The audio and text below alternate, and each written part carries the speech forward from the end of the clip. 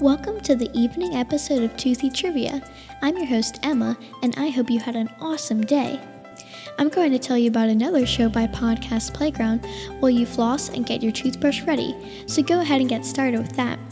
Wacky News is hosted by Jackson and Dylan. They are kids just like us, and each episode, with the help of the Wacky News machine, they bring us a cool news story from around the world that is actually interesting to kids, not boring adult news.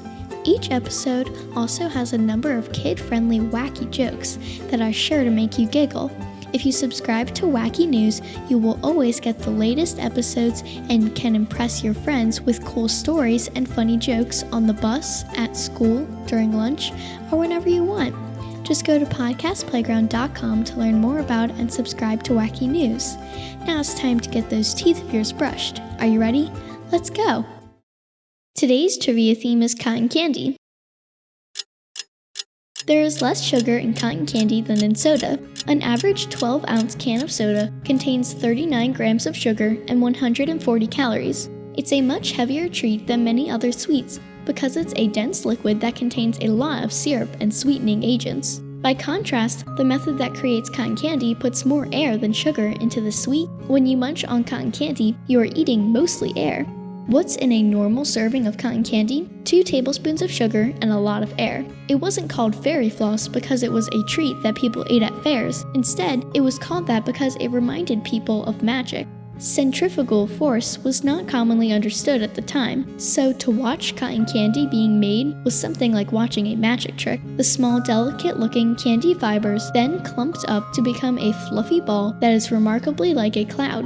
Cotton candy is still called fairy floss today in some parts of the world, including Australia, Finland, and Norway. Some people are trying to bring back the name fairy floss to the United States, but so far, it's not catching on. Tootsie Roll is the largest cotton candy manufacturer in the world. The cotton candy that they mass produce is the bagged variety that you can find at some large amusement parks and convenience stores. In an attempt to market a candy that hasn't changed the way that it was made since it was invented, Tootsie Roll created a fruit-flavored cotton candy that they named Fluffy Stuff.